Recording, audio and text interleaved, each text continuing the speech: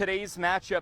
Bit of a late change for St. Cloud, as Braden Janke is going to be making the start for the St. Cloud Rocks in his first appearance against the Bucks this season. Meanwhile, high school senior heading to Indiana University, Dylan Warda will take the mound and try to stifle the Red Hot Rocks. Game 3. Pitching tonight's game for the Bucks with a record of 0-1 from Chicago, Illinois, and from Indiana University, number 6, Dylan Warda. Lineup back on opening day.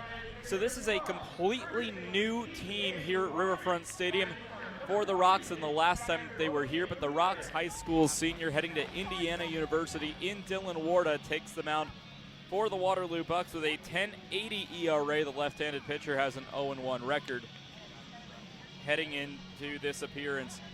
This appearance for Warda will be his 12th of the season for Waterloo. Net, Austin, and Mazinga, there is nowhere to hide. Keep going. Condon, Worthington, Burgos,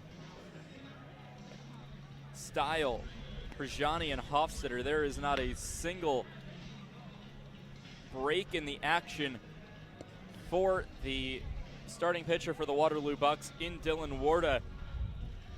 Again, the high school senior out of Chicago, Illinois, will be attending the Indiana University to play for the Hoosiers this fall. So Warda looking to shut down the Rocks, who make their first trip here to Riverfront Stadium since May 31st. Now the Bucks are trying to play spoiler for the Rocks' chances of home field advantage in the first round. They currently lead the Wilmer Stingers by a game. And there's the play ball announcement, and we'll do just that, as stepping into the batter's box is going to be John Nett for the St. Cloud Rocks.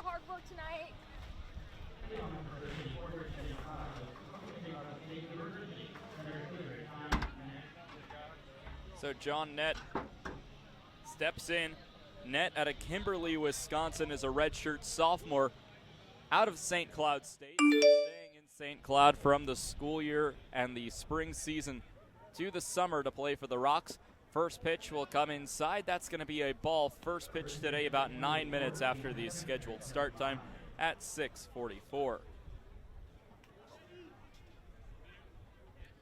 So now the 1-0, that's going to be chopped over to third, gets through. Shortstop Kresser on his back is able to make the play on Brody Kresser.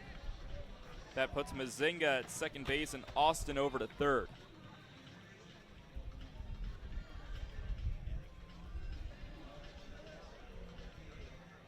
Bases are now loaded and the Rocks are threatening early. First pitch swinging, speared by Crouch, who steps on the bag. 5 unassisted. Looking for a place to play prior to going back to St. Joe's. So from St. Joseph's to St. Cloud. Payoff pitch, swung on and missed, and Trajani is going to go down on strikes. First K for Warda. Tonight's game is brought to you in part by 5-Tool. The catcher did not play yesterday, but did play Saturday against the Waterloo Bucks, having a great game, going 2 for 3 with a double, a stolen base, was hit by a pitch to get aboard, and did strike out once. First pitch swinging, hit over towards right field. Critchett is underneath it, will reach up and make the catch. No tag will be made, as back into second goes Style. That's the second out of the inning, as the Rocks will go back to the top of the batting order. So it is a 1-0 St. Cloud lead. A 1-0 hit over to third. Crouch will pick it up. Tries to make the play himself. The dive. He got it. Risky play by Crouch that pays off. Nett will reach on an inning-ending fielder's choice. To the bottom of the second inning we go on the Northwoods League Baseball Network. First at-bats or plate appearances of the ballgame. Called strike on the outside part of the plate for Austin for strike number 1. Alex Crouch. The 0-1 is going to be flared foul towards the Budweiser party deck, out of play. Over the third base side in the shade. 0-2 opposite way, and that will drop just foul. Shirt Jr. batting from the right-handed batter's box on a ball upstairs. Fastball from Warda, clocking in at 89.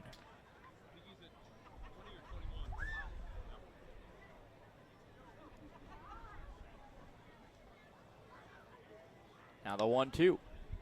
Flared down the right field. Big play for the Bucks. Second time they've turned two today after Will Worthington lined into a double play back in the first. So a 4-6-3 double play. It went from Harris to Kresser to McCormick. To turn two, bases are now empty for St. Cloud with Charlie Condon, who reached on an error coming up to the plate. 2-2, once more, Dylan Warda trying to win the battle.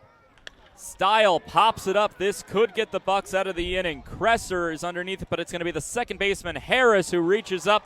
And for the second time in 3 innings, the Rocks leave the bases loaded without scoring. 1-0. We head to the bottom of the third on the Northwoods League Baseball Network.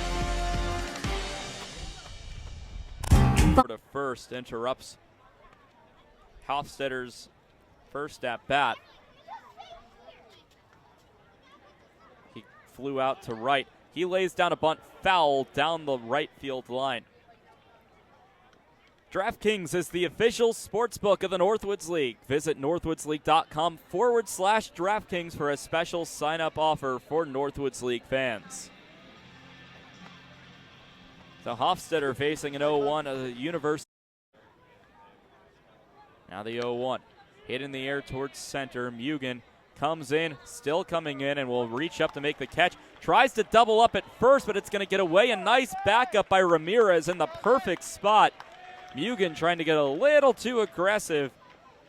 Nearly blowing up in the face of Waterloo. 2-1. Lifted in the air towards right. Critchett's going to give chase. He looks up, reaches up, and it's into the glove of Liam Critchett. Nice route to be able to make the reach and catch in right center just underneath the large video board. So Critchett coming up with the defensive play in right for the second out of the inning. So a future Big Ten matchup. Mazinga at Minnesota. Warda, fourth inning. Be back to the bottom of the fourth on the Northwoods League Baseball Network. Welcome you back here to Waterloo. Mostly clear skies and a tie ball game at 1 heading into the 5th.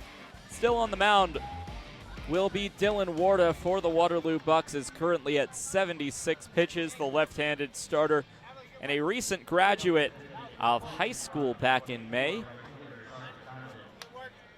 Dylan Warda ending the previous inning with a strikeout of Ike Mazinga, which was his second to the ball game.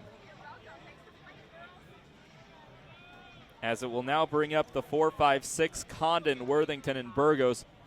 Currently in the third time through the batting order, Charlie Condon.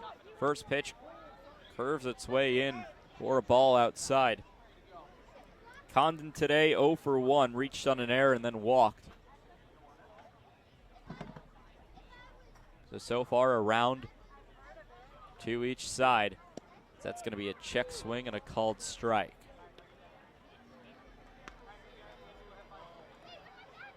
Tiebreaker round between Warda and Condon. Upstairs, that's going to miss on another breaking ball. For ball 2, it's going to be a 2-1 count. The future Hoosier has been keeping the Bucks in the ballgame. Only 1 run allowed to the Rocks, and it was on a double steal. 2-1 is ripped down the left field line, foul. So Condon steps back into the batter's box with a 2-2 count. On the way from Warda, swing and a miss, gets the tag. And I think Condon's trying to say that was a foul ball. And the appeal down is going to say that it's a strike. Condon's confused, and now Brian Lewis is going to come over to try to make his case. That one did touch down in the dirt. The tag was made by Ramirez, and now Lewis is begging to plead his case with the 3 umpires. Taking a look at that last pitch, the 3 umpires will converge, and let's see this one ticked off the bat. You know, it's a little tough to tell from that angle. The ball certainly didn't react like it hit off the bat, but Condon was adamant about it. So the umpires are still talking about it. It's the third base umpire, Max Steiner, doing most of the talking. So we'll see what comes about of this. And that's going to be ruled a foul ball, and now Tyler Willis is going to come out to make his case. Max Steiner does most of the talking yet again. So Tyler Willis is saying that there was an appeal and that Steiner doesn't have the best view, I believe, is what the case is being made. And now the umpires are going to converge yet again. Here in the top of the fifth, and the three umpires come together once more. And so there's going to be a convergence between the three umpires. And going back to Willis can't be a good sign for the Bucks. And I think what Willis is trying to say is the appeal came up clean or as a strike to Dalton Phillips. He's trying to talk to Dalton Phillips now. Steiner's saying that he should be talking to him. And I believe I just saw Tyler Willis' mouth. That's wrong. So Willis, it doesn't seem like there's been really much anger until now. Willis getting a little more animated and now needs to be careful. Getting a lot more animated with Steiner.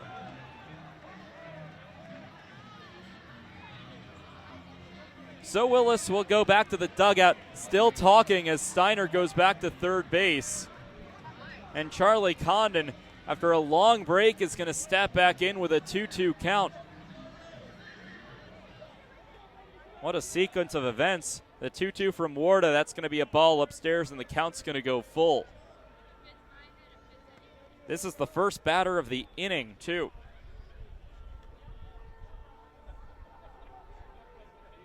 So now the payoff pitch to Condon. That's called strike three. Now Condon can't believe it. Now the Rocks are talking to the umpires.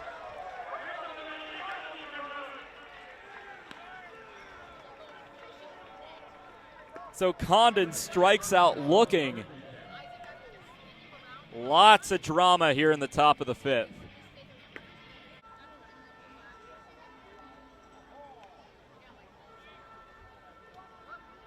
Oh, 1. Back up to Kresser. Diving play by the shortstop, Brody Kresser. Hometown kid coming up with the diving catch. So a nice catch by Kresser will go for the second out of the inning. As we're going to take a look at that last 1-0. Breaks inside for a called strike number 1. Looked like the change. Curveball for Warda doesn't usually hit up to 78. 3-pitch arsenal for the high school senior. 1-1, big swing and a miss by Style for strike 2. Well, the bottom of the fifth inning will feature the 8-9-1 portion of the batting order in Colt Harris, Tynan Shahidi, and Brody Kresser. Right now, the Rocks are looking to extend the inning. It's a 1-2 to Style. Inside, nearly hits the elbow.